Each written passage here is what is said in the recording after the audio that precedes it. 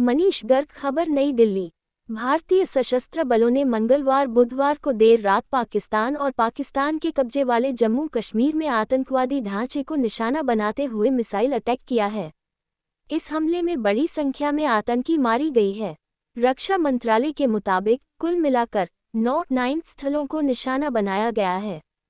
भारत के इस अभियान को ऑपरेशन सिंदूर नाम दिया गया है और जानकारी के मुताबिक ये ऑपरेशन सेना, नौसेना और वायुसेना का संयुक्त अभियान है। अब भारतीय सेना इस पूरे ऑपरेशन को लेकर प्रेस ब्रीफ कर रही है। आइए जानते हैं इस प्रेस ब्रीफ की सभी अपडेट। ऑपरेशन सिंदूर के बारे में प्रेस ब्रीफ भारतीय सेना की कर्नल सोफिया कुरैशी और वायुसेना की विंग कमांडर व्योमिका सिंह देंगी। अभी पूरे मामले पर विदेश सचिव विक्रम मिस्री बयान दे रहे हैं। पर्यटकों पर बर्बर हमला किया गया। विदेश सचिव विक्रम मिस्री ने बताया कि 22 अप्रैल को पाकिस्तानी आतंकियों ने पहलगाम में पर्यटकों पर बर्बर हमला किया और 25 भारतीय पर्यटकों और एक नेपाली पर्यटक लोगों को मौत के घाट उतार दिया गया। मुंबई में 26/11 हमले के बाद ये सबसे गंभीर हमला था। ये काफी गंभीर मामला था। हत्या के इस तरीके से परिवार के लोगों को जानबूझकर आघात दिया गया है और उन्हें कहा गया कि इस बारे में संदेश पहुंचा दें। ये हमला जम्मू कश्मीर के विकास को रोकना था, पर्यटन को नुकसान पहुंचाना था। बीते साल 2.25 करोड़ पर्यटक आए थे। पूरे देश में दंगे भड़काने का प्रयास था। विदेश सचिव विक्रम मिस्री ने बताया कि पहलगाम में आतंकी हमले का ये तरीका जम्मू कश्मीर और पूरे देश में दंगे भड़काने का प्रयास था। TRF ने इसकी जिम्मेदारी ली है, जो कि लश्कर से जुड़ा हुआ है। पहलगाम आतंकी हमले की जांच से आतंकियों के संबंध पाकिस्तान से उजागर हुए हैं। हमलावरों की पहचान की गई और उनकी जानकारी जुटाई गई। हमले की रूपरेखा पाकिस्तान से जुड़ी हुई है। पाकिस्तान आतंकियों के पनाहगार के रूप में पहचान बना चुका है। पाकिस्तान ने इस मुद्दे पर वैश्विक मंचों को गुमराह किया है। साजिद मीर केस में पाकिस्तान ने आतंकी को मृत घोषित कर दिया था, लेकिन वह जिंदा पाया गया। पहलगाम हमले के बाद पूरे देश में आक्रोश देखा गया। भारत सरकार ने पाकिस्तान के खिलाफ कई कड़े कदम उठाए गए। हालांकि ये जरूरी था कि पहलगाम हमले के आतंकियों को न्याय के कटघरे में लाया जाए, लेकिन पाकिस्तान ने आतंकियों पर कोई कार्रवाई नहीं की और आरोप लगाता रहा। भारत को खबर मिली कि ये आतंकी संगठन भारत के खिलाफ और कार्य कर सकते हैं। भारत की कार्रवाई आतंकवाद के ढांचे को समाप्त करने के लिए की गई है। ये एक नपी तुली कार्रवाई है। UN ने भी पहलगाम आतंकी हमले के आरोपियों दोषियों को न्याय के कटघरे में लाने की बात पर जोर दिया था।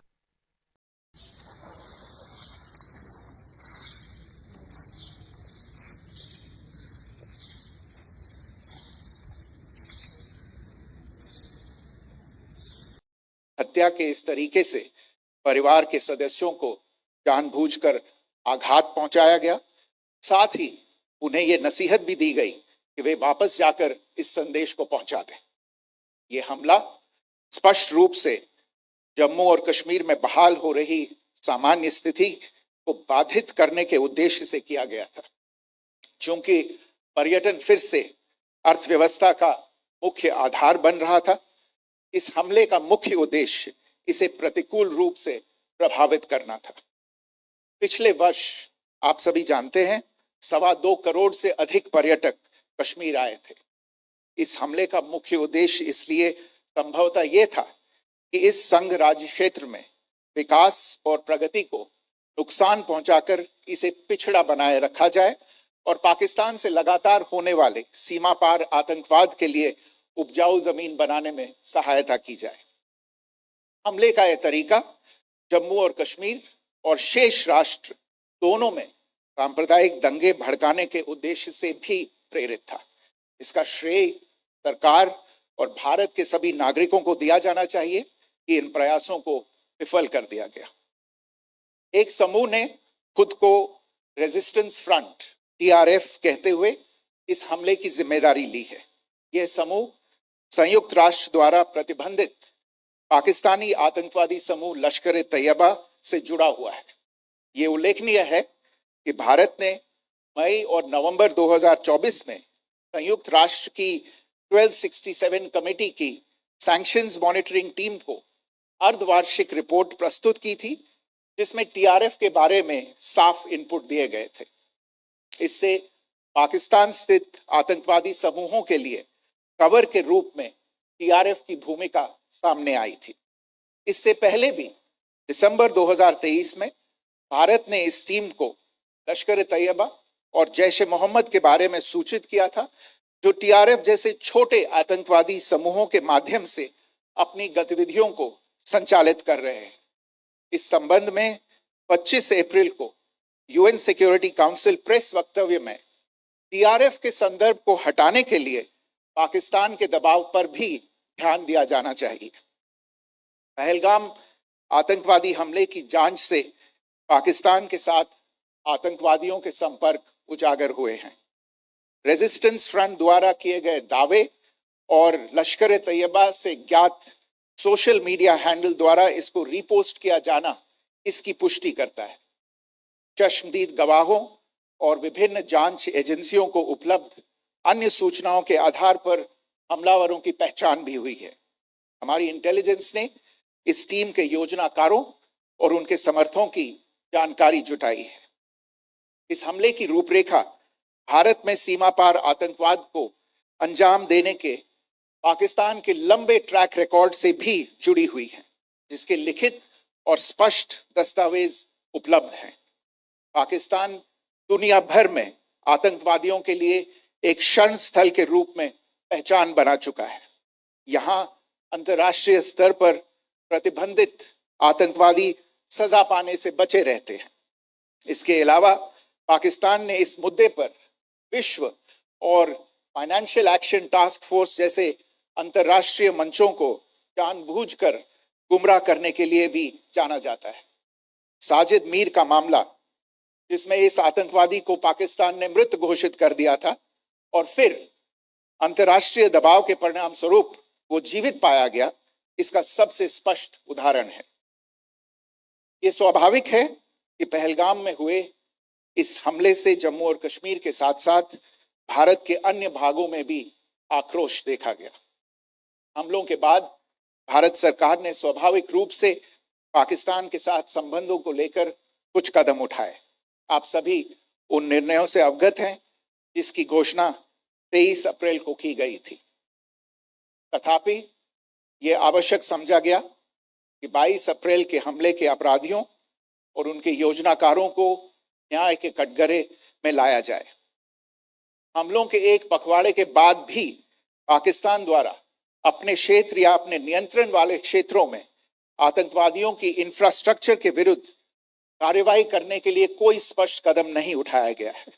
उल्टे वो इनकार करने और आरोप लगाने में ही लिप्त रहा है। पाकिस्तान आधारित आतंकवादी मॉड्यूल्स पर हमारी खुफिया निगरानी ने संकेत दिया है कि भारत के विरुद्ध आगे भी हमले हो सकते हैं। अतः इनको रोकना और इनसे निपटना दोनों को बेहद आवश्यक समझा गया। आज सुबह, जैसा कि आपको ज्ञात होगा, भारत ने इस तरह के सीमा पार हमलों का जवाब देने और उन्हें रोकने तथा उनका प्रतिरोध करने के अपने अधिकार का प्रयोग किया है। ये कार्यवाही नपीतुली, नॉन एस्केलेटरी, आनुपातिक और जिम्मेदारीपूर्ण है। यह आतंकवाद की इंफ्रास्ट्रक्चर को समाप्त करने और भारत में भेजे जाने वाले संभावित आतंकवादियों को अक्षम बनाने पर केंद्रित है।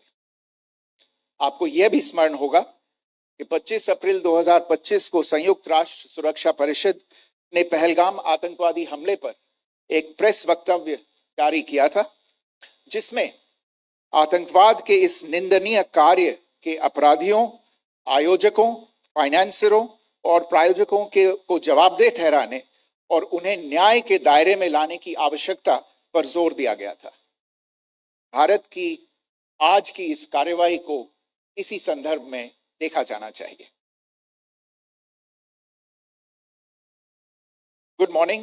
Thank you all for joining this briefing. As you are all aware, on April 22, 2025, Pakistani and Pakistan-trained terrorists belonging to the Lashkar-e-Taiba carried out a savage attack on Indian tourists at Pahalgam in Jammu and Kashmir in India. They murdered 26 people, including one national of Nepal, causing the largest number of civilian casualties in a terrorist attack in India since the 26 November 2008 attacks in Mumbai. The attack in Pahalgam was marked by extreme barbarity, with the victims mostly killed with headshots from close range and in front of their families. Family members were deliberately traumatized through the manner of the killing, accompanied by the exhortation that they should take back the message. The attack was clearly driven by the objective of undermining the normalcy returning to Jammu and Kashmir. In particular, it was designed to impact the mainstay of the economy, tourism, with a record 23 million tourists visiting the valley last year. The calculation, presumably, was that harming growth and development in the Union Territory would help keep it backward and create fertile ground for continued cross-border terrorism from Pakistan. The manner of the attack was also driven by an objective of provoking communal discord, both in Jammu and Kashmir and the rest of the nation. It is to the credit of the government and the people of India that these designs were foiled. A group calling itself the Resistance Front has claimed responsibility for the attack. This group is a front for the UN-proscribed Pakistani terrorist group Lashkar-e-Taiba. It is notable that India had given inputs about the TRF in the half-yearly report to the monitoring team of the UN's 1267 Sanctions Committee in May and November 2024, bringing out its role as a cover for Pakistan-based terrorist groups. Earlier too, in December 2023, India had informed the monitoring team about Lashkar and Jaish-e-Mohammed operating through small terror groups such as the TRF. Pakistan's pressure to remove references to TRF in the April 25 UN Security Council press statement is notable in this regard. Investigations into the Pahalgam terror attack have brought out the communication notes of terrorists in and to Pakistan.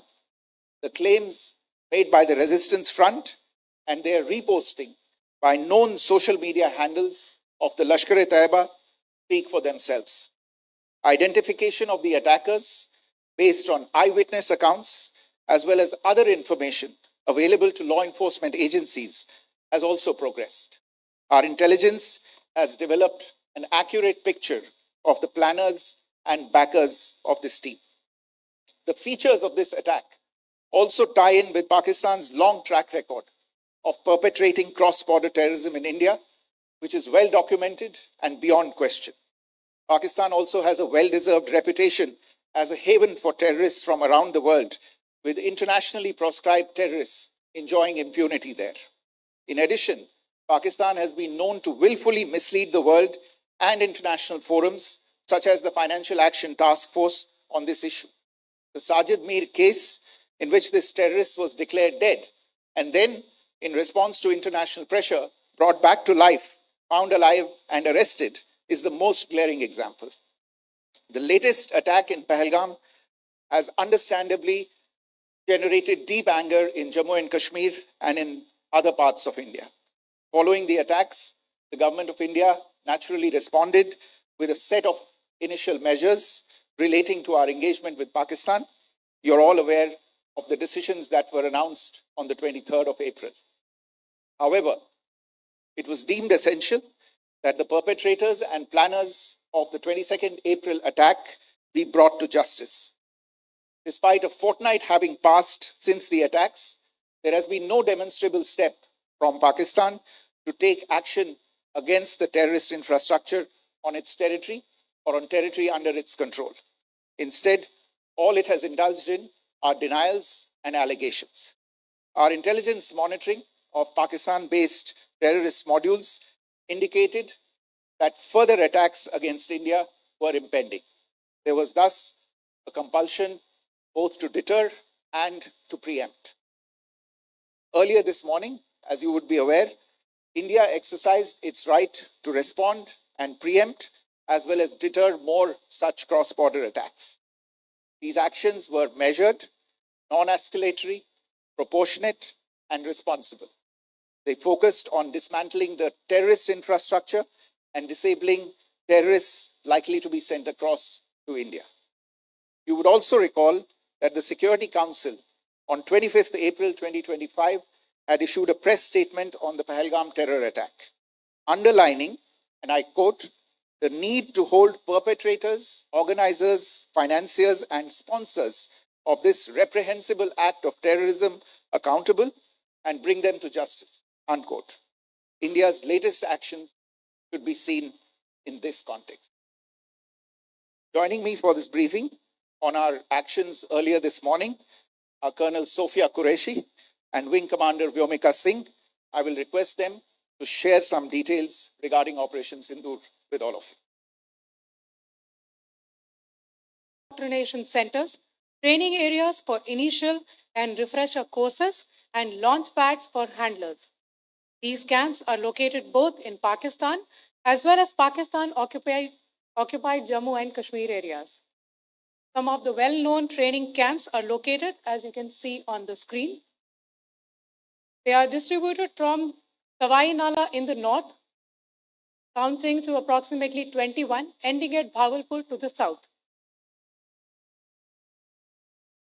इन लक्ष्यों का चयन विश्वसनीय intelligence सूचनाओं के आधार पर हुआ ताकि आतंक गतिविधियों की रीढ़ तोड़ी जा सके और यह खास ध्यान दिया गया कि निर्दोष नागरिकों और सिविलियन इंस्टॉलेशन को नुकसान ना पहुंचे. As shown to you, a niche technology weapons with careful selection of warheads was ensured so that there will be no collateral damage. The point of impact in each of the target was a specific building or a group of buildings. All the targets were neutralized with clinical efficiency, and the results reiterate the professionalism of the Indian Armed Forces in the planning and execution of their operations. No military establishments were targeted. India has demonstrated considerable restraint in its response. However, it must be said that the Indian Armed Forces are fully prepared to respond to Pakistani misadventures, if any, that will escalate this situation.